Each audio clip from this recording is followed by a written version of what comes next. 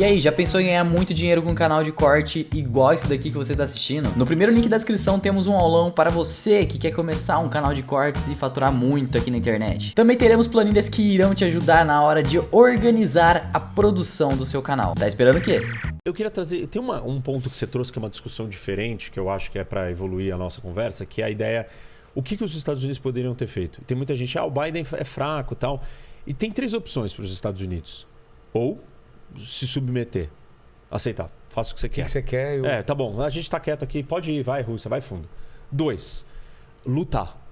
Ir lá e entrar com soldados e tropas para lutar contra os russos. Terceira Guerra Mundial. 3, eu vou fazer isso doer economicamente. Eu vou trazer as maiores sanções da história do mundo jamais usadas, uma arma econômica onde não perdemos vidas, não perdemos soldados americanos, a população americana não tem que entrar numa guerra e não seria a Terceira Guerra Mundial, e não vamos totalmente sucumbir e deixar o Putin fazer o que ele quer. E, assim, essas são as 3 opções. E para aqueles que falam o seguinte, o Biden é fraco. E o Biden é fraco por uma série de razões. Mas nessa situação é muito complicado de você virar e falar assim... Rotular o cara. Ele é fraco. Porque qual que é a opção? Se tá todo mundo dizendo que a Rússia tá fazendo o que tá fazendo, aqueles que querem defender a Rússia, ou que querem achar o contra-argumento, e nós estamos aqui num exercício também de tentar achar esse contra-argumento, dizem assim, a Rússia se sente cercada. E isso é culpa da expansão ou do avanço do Ocidente. Faz parte do argumento que vocês trouxeram. Sim. Ok. Então, o que um líder forte faz que não é isso? Se quando foi forte causou a reação da Rússia, ser fraco é não fazer isso. E não fazer isso, as pessoas continuam dizendo que isso é que causou, então, o Putin ir para lá. Percebe que tem um problema de contradição, assim, na essência do que está sendo dito. O Biden tinha pouca ou nenhuma opção nessa história. E tem essas 3. Tem um outro contexto que complementa o que você está dizendo, que é o seguinte: tem eleição agora, 2022, eleição de meio de mandato nos Estados Unidos. E se o Biden perde a maioria das casas, ele está lascado. Ele fica mais 2 anos, que a gente chama de pato manco na política americana, que é o presidente que perdeu a maioria ou não tem condição de governabilidade nos Estados Unidos, porque lá o Congresso é 50-50, basicamente. Então, o que acontece? Um argumento que eu vi muito frequente, inclusive nos círculos bolsonaristas aqui e tal, porque se o Putin fosse presidente dos Estados Unidos, o Trump. Desculpa, ato falha, hein? Olha Mas só. se o Trump fosse presidente dos Estados Unidos, isso não teria acontecido. Eu acho que isso pesa no Biden também, no cálculo político do Biden. Ele tem que dar uma resposta à altura do que ele acha que ficaria bem para ele em comparação com o Trump, que pode voltar. O Trump ele está fazendo campanha. Ele está fazendo campanha o tempo inteiro. Qual que seria, o que o Trump faria para evitar que a Rússia invadisse a Ucrânia? Olha, eu a princípio acho que não sei se vocês viram, né? O ex-assessor de segurança nacional do Trump disse que no segundo mandato presidencial, depois da reeleição, o Trump teria anunciado a saída dos Estados Unidos da OTAN. É mesmo? Que para ele é algo que... Então, obviamente... Enfim, nós não sabemos se ele de fato teria feito isso. Mas fazendo um exercício. Só para que a gente falar. Ele largaria a Ucrânia na mão do Putin. O que eu quero... Sim. Então, com certeza. Mas aí a pergunta se os Estados Unidos abandonassem a OTAN, a Europa estaria mais ou menos vulnerável? Depende da reação, né? Depende de qual é o prazo, etc. Agora, o pensamento de Trump basicamente é que aquilo aí não é do interesse nacional americano, isso não representa uma ameaça. Pagar o preço da segurança dos outros.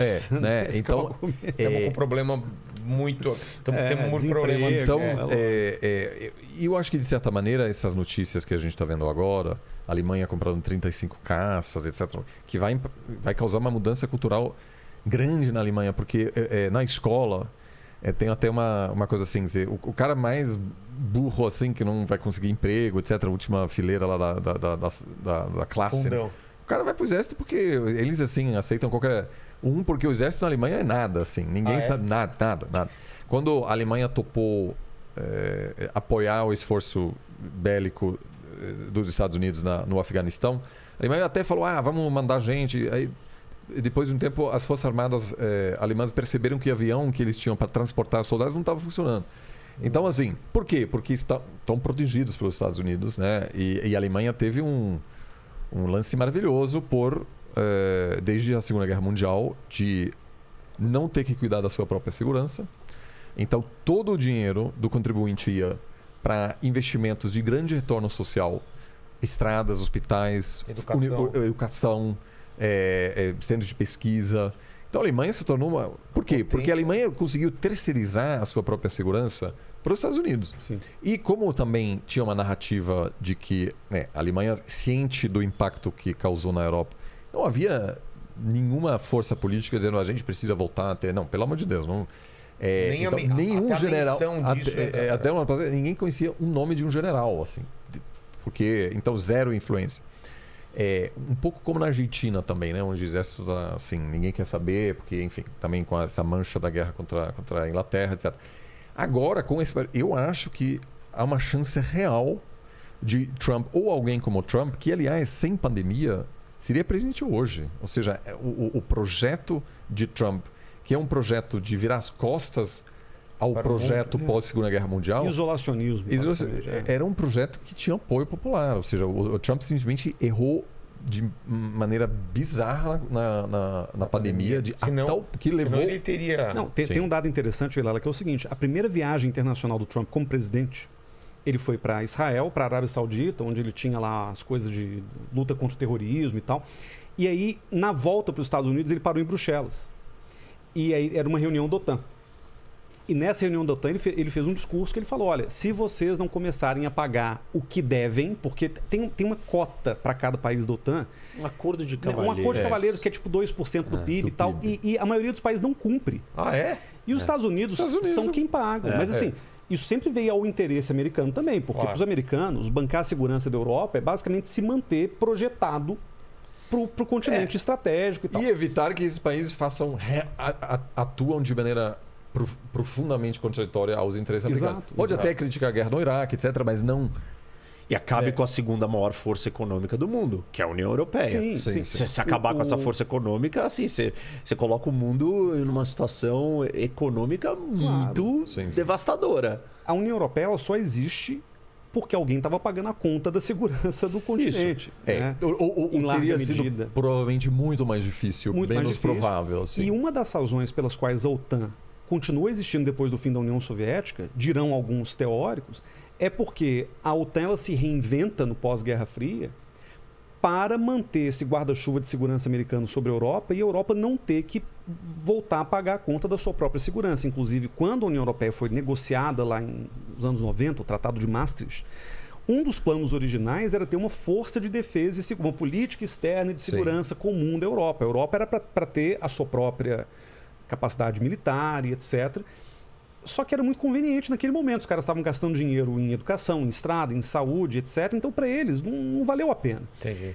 Agora, a grande questão que se coloca é, se por acaso um próximo presidente americano, digamos que seja o Trump, ele rompe oficialmente com a OTAN e diz, não, agora a gente paga pela nossa segurança, vocês pagam pela de vocês, pode ser que você tenha uma remilitarização da Europa que torne a Europa um continente muito mais perigoso, porque aí não é só briga da Europa com a Rússia, da Europa com os Estados Unidos, é briga da Europa com ela própria. Porque essa é a história da Europa. Então, esse é um primeiro problema. Um segundo problema é a Europa fraca, sem o apoio dos americanos, porque, tá bom, os alemães vão gastar em armas, vão se rearmar, vão gastar 2% do PIB, 100 bi, mas quanto tempo vai demorar para eles terem um exército funcional pronto para se defender por conta própria? Isso vai demorar tempo. E aí, assim, a segunda consequência ela é mais grave, que você simplesmente abre o espaço e fala assim, tá aí, Rússia, faz o que você quer. E aí a Rússia vai usar gás,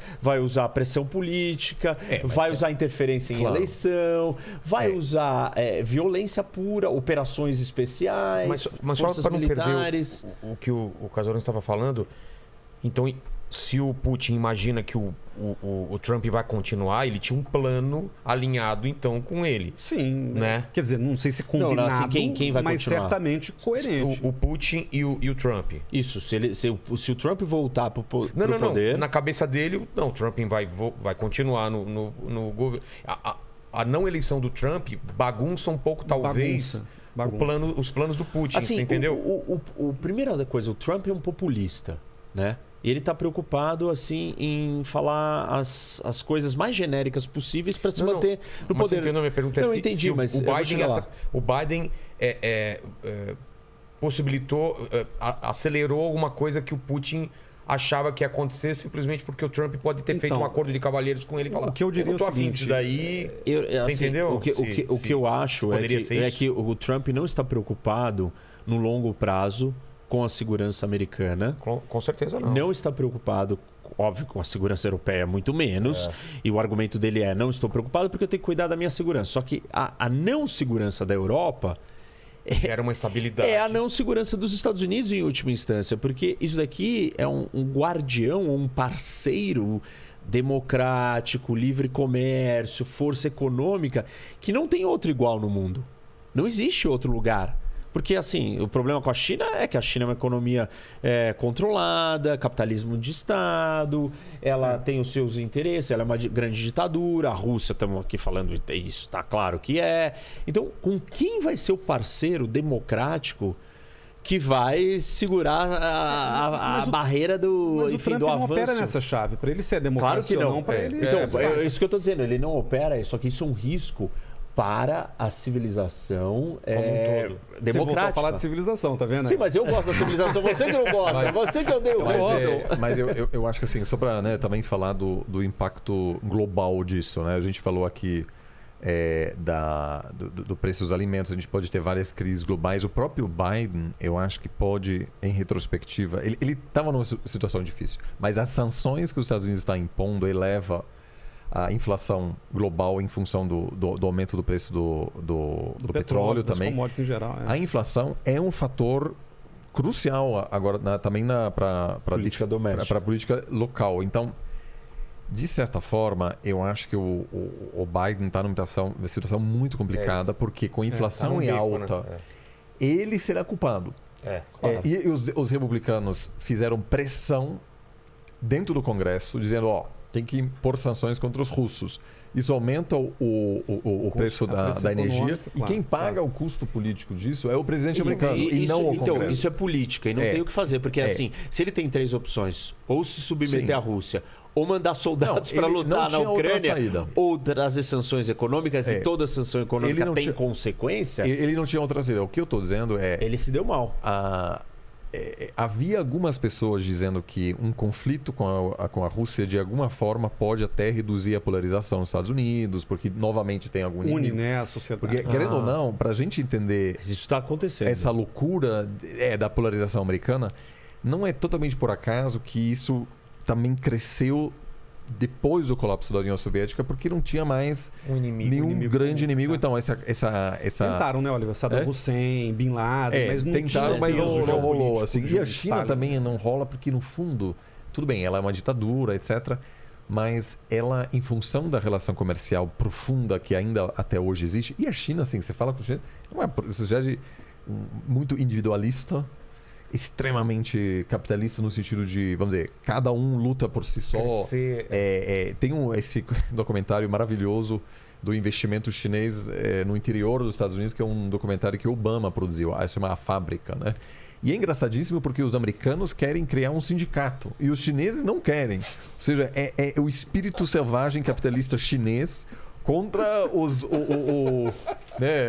sindicato americano, etc. Ou seja, brincadeira à parte, existe laços até, vamos dizer, eu não diria culturais, mas existem muito mais laços hoje entre a China e os Estados Unidos que existiam durante a Guerra Fria. Sim. Eu acho que pode dar um up no Biden, mas se será suficiente para salvá-lo desse fracasso agora das eleições, talvez não. Eu acho que a situação dele é muito ruim. Isso é assim, é clara. Mas uma coisa interessante dessa história, que é o fim da polarização, ela está acontecendo dentro da Alemanha, As democracias elas estão passando por uma crise de polarização. E esse problema acontece, enfim, porque guerra cultural, uma série de questões internas fazem os países ficarem divididos. Isso acirra discursos populistas. E o que nós estamos assistindo neste momento é um discurso do Biden, o State of the Union, que é, né, ele descreve ali, ele, uma vez por ano vai lá para o Congresso e fala o que está acontecendo. E você vê republicanos e democratas juntos aplaudindo falas, assim, por uma duração maior do que o normal. São raros esses momentos hoje na democracia americana. Na Alemanha, a gente assiste isso no quê? Você vê ambientalistas falando assim, olha, a gente aceita religar usina de carvão porque nós temporariamente. Temporariamente, mas assim, jamais imaginou-se que ia se unir todo mundo e deixar de lado as suas divisões ideológicas. Por quê?